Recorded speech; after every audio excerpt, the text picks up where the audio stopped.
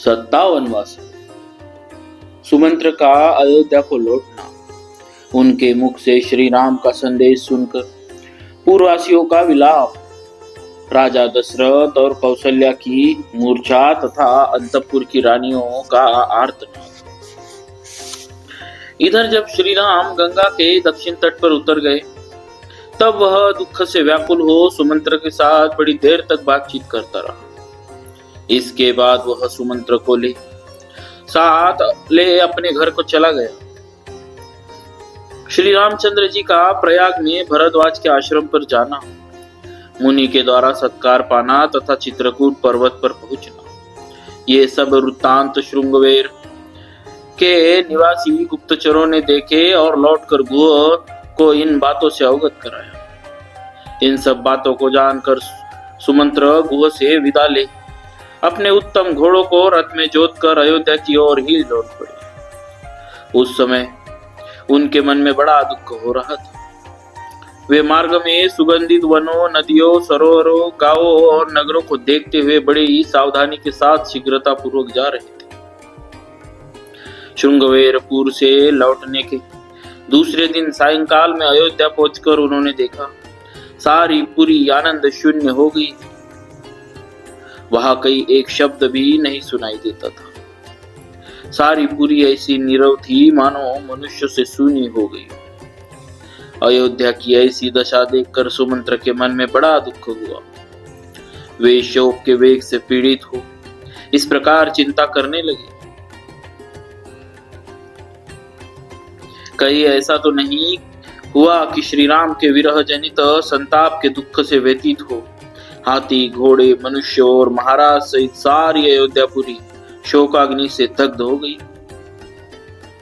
इसी चिंता में पड़े हुए सारथी सुमंत्र ने शीघ्रगामी घोड़ों द्वारा नगर द्वार पर पहुंचकर तुरंत ही पुरी के भीतर प्रवेश किया। सुमंत्र को देखकर सैकड़ों और हजारों पूर्ववासी मनुष्य दौड़े आए और श्री राम कहाँ है, श्री राम कहाँ है, यह पूछते हुए उनके रथ के साथ साथ दौड़ने लगे। उस समय सुमंत्र ने उन लोगों से कहा, सज्जनों, मैं गंगा जी के किनारे तक श्री रघुनाथ जी के साथ गया था।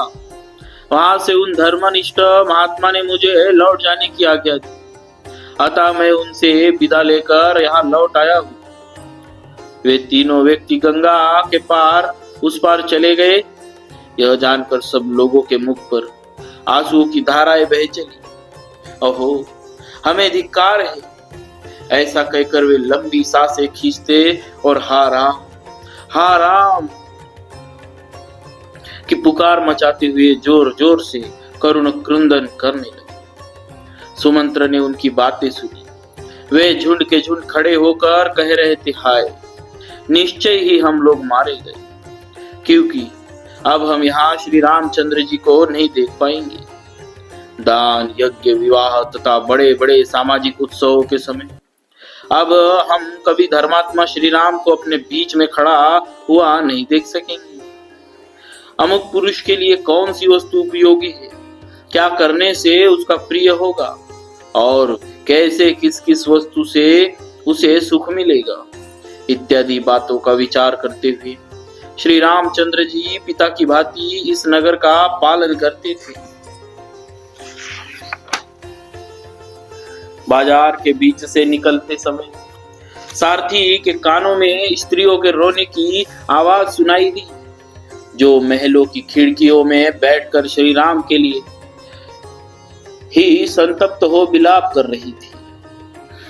राजमार्ग के बीच से जाते हुए सुमंत्र ने कपड़े से अपना मुंह ढक लिया। वे रथ लेकर उसी भवन की ओर गए जहां राजा दशरथ मौजूद थे। राजमहल के पास पहुंचकर वे शीघ्र ही रथ से उतर पड़े और भीतर प्रवेश करके बहुत से मनुष्यों से भरी हुई 7 ढेवड़ियों को पार कर गए। धनियों की अट्टालिकाओं, सतमंजिले मकानों तथा राजभवन में बैठी हुई स्त्रियां सुमंत्र को लौटा हुआ दे श्री राम के दर्शन से वंचित होने के दुख से दुर्बल हो हाहाकार कर उठी। उनके कज्जल आदि से रहित बड़े बड़े नेत्र आंसुओं के वेग में डूबे हुए थे। वे स्त्रियां अत्यंत आर्त होकर अव्यक्त भाव से एक दूसरे की ओर देख रही थी। तदनंतर राजमहलों में जहां तहां से श्री राम के शोक से संतप्त हुई राजा दशरथ की रानियों के मंद स्वर में कहे गए वचन सुनाई पड़े। ये सारथी सुमंत्र श्री राम के साथ यहाँ से गए थे और उनके बिना ही यहाँ लौटे हैं। ऐसी दशा में करुण क्रंदन करती हुई कौशल्या को ये क्या उत्तर देती?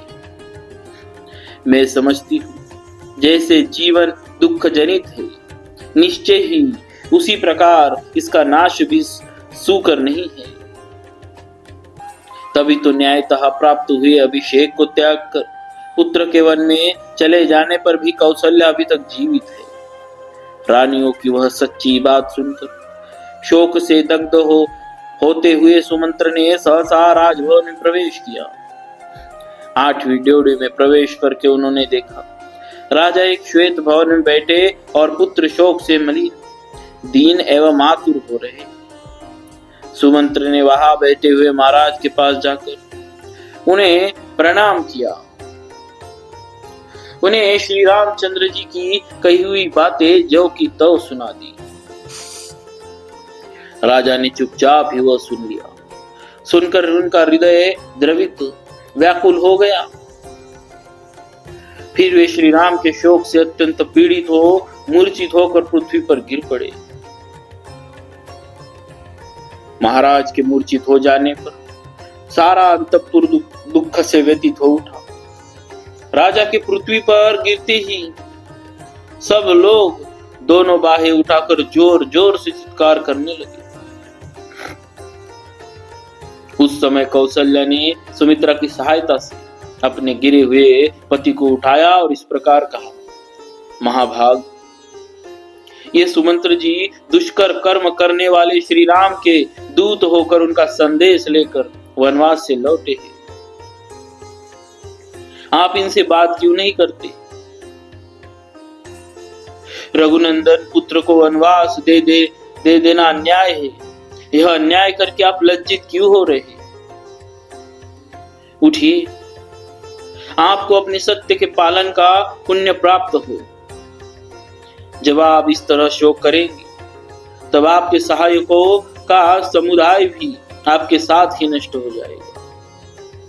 देव, आप जिसके भय से सुमंत्र जी से श्री राम का समाचार नहीं पूछ रहे, वह कहीं यहाँ मौजूद नहीं है।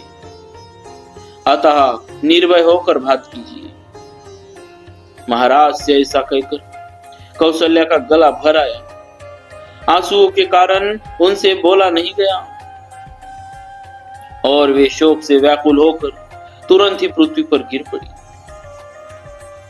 इस प्रकार विलाप करती हुई कौशल्या को भूमि पर पड़ी देख और अपने पति की मूर्छित दशा पर दृष्टिपात करके सभी रानियां उन्हें चारों ओर से घेर कर रोने लगी। अंतःपुर से उठे हुए उस आर्तनाद को देख सुनकर नगर के बूढ़े एवं जवान पुरुष रो पड़े।